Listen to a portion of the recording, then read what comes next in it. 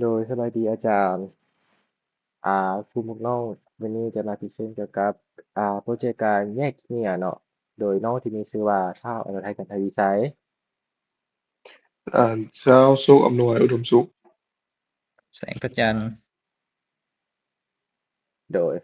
อ่านี่มันโปรเจกต์ที่เราเฮ็ดเพื่อมากวดจับขี้เหงื่อและแยกขี้เหงื่อเพราะว่าเราเห็นปัญหาในส่วนปัจจุบันที่ว่าการแยกขี้เหงื่อบ่เหมาะสมเท่าที่ควรเพราะว่าจะมีการแยกขี้เหงื่อที่ สะทรายแยกบ่เป็นบ่อนทิ่มสระทิ่มทรายไปเรื่อยๆตามสวนสาธารณะหรือบ่อนทิ่มขี้เหงื่อต่างๆซึ่งว่าเราจะได้นำเทคนิค2อย่างที่มีชื่อว่า CV หรือ Computer Vision และ YOLO เข้ามาในการเฮ็ดพรอเจกต์ครั้งนี้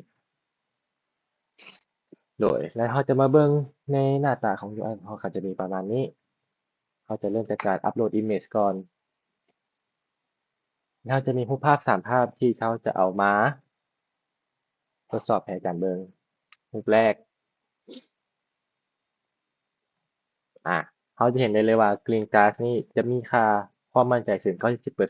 97%ซึ่งตรงตามภาพเป๊ะๆต่อไปจะเป็น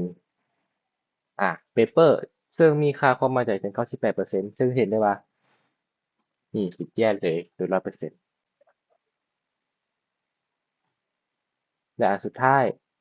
อ่ะอันนี้ว่าจะเป็นกระป๋องเบียร์กระป๋องเป๊ปซี่กระป๋องโค้กหรือกระป๋องโซดาอย่างต่างๆซึ่งมันสามารถจับได้ถึงมีความมั่นใจถึง91%ในส่วนของอัปโหลดรูปภาพ เดี๋ยวนี้เราจะมาเว้าเรื่องในส่วนของ Camera เราจะเห็นว่าการกดจับของภาพเรามีความมั่นใจถึง72%หา80%ในส่วนของพาร์ตของ Camera แม่นพวกเราบ่ค่อยได้เทสในส่วนนี้เพราะด้วยเรื่องของเวลาที่จำกัดซึ่งเราได้เทสเป็นรูปภาพโดยส่วนหลายโดยอันนี้จบในพาร์ตของอ่าพาร์ตของโปรแกรมเนาะพาร์ตต่อไปเราจะเว้าเรื่องของ Coding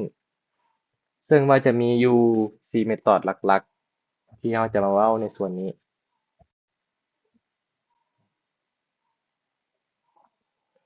โดยเมธอดแรกจะมี YOLO ONNX Detector จะมี input มีแค่3อย่างก็คือ ONNX Path หับความกว้างหับลงสูงซึ่งว่ามันจะใช้โมเดลของ YOLO ONNX โดยใช้ ONNX Runtime จะเป็นการทดสอบความถูกต้องของไฟล์และจะเปิด Graph Optimization เพื่อเพิ่มความไวของ inference เพื่อว่ารูปนั้นเข้ามาแล้วหรือบ่และในส่วนนี้จะเป็นขั้นตอนการสร้าง inference section ของ ONNX Runtime โดยกำหนด section option เพื่อเปิด Graph Optimization ระดับสูงจากนั้นโหลดไฟล์ ONNX เข้าไปในเมลความทรงจำและสร้าง Optimize Computation Graph แล้วดึง Input Node ของโมเดลมาเก็บไว้ในใช้งานพร้อมตรวจสอบสถานะความสำเร็จผ่านตัวแปร is loading โดยอันนี้ของพาร์ทของ YOLO ONNX Detector โดยต่อไปแม่น method predict แต่ว่าก่อนที่เราจะเว้าเกี่ยวกับ method predict เราต้องมาเบิ่ง method dispose ก่อนเรื่องเอ่อ method dispose จะเป็น method ที่เอาไว้ clear memory หลังจากที่เราอ่ารัน method predict แล้ว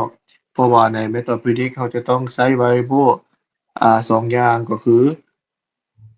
เพราะว่าใน method predict เขาจะสร้าง variable ขึ้นมา2อย่างก็คือ letter และ RGB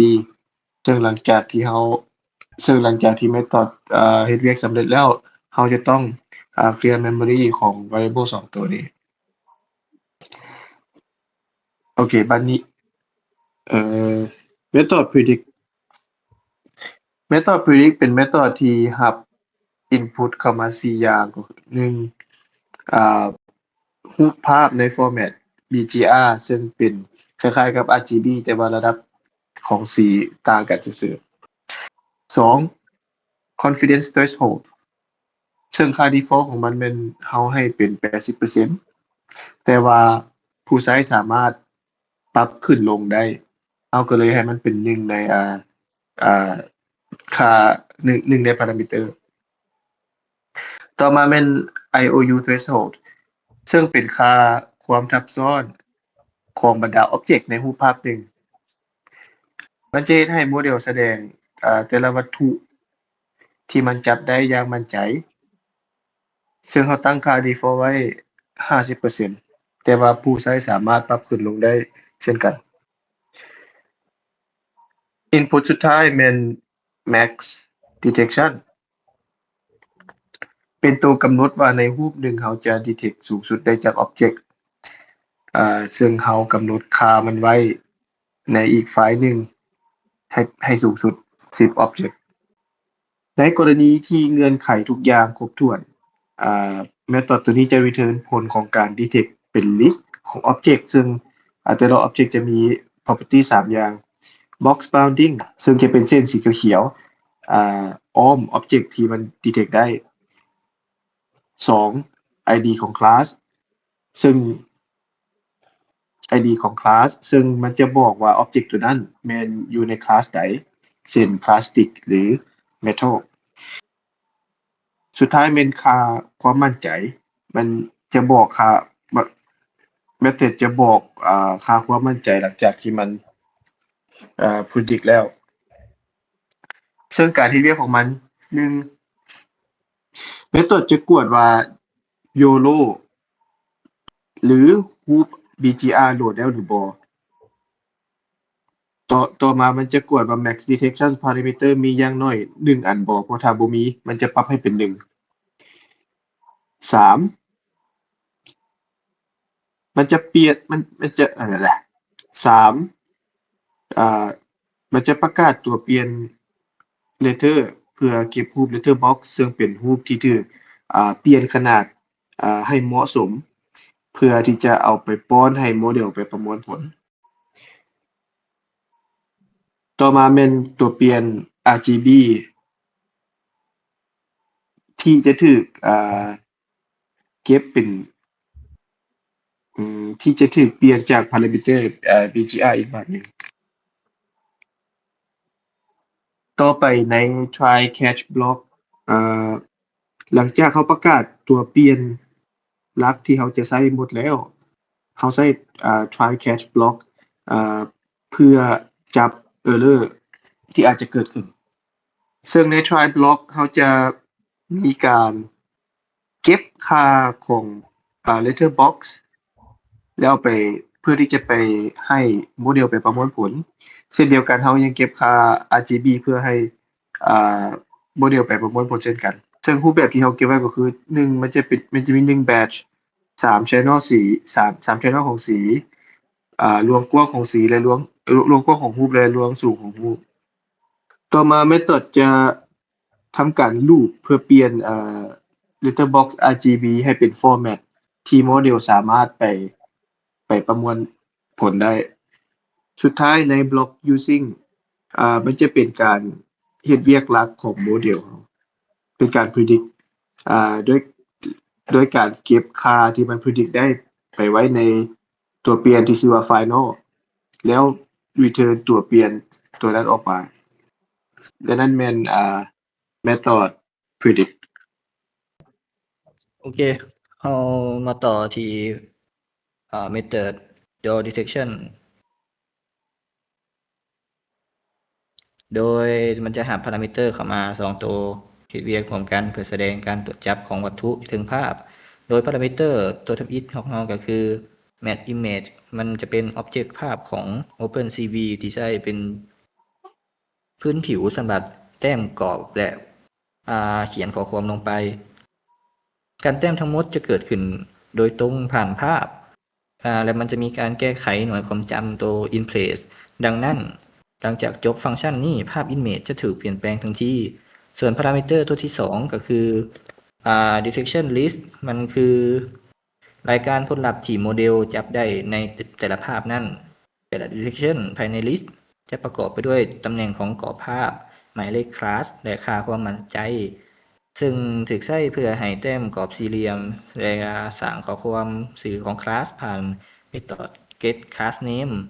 และแสดงค่าความมั่นใจออกมาจากนั้น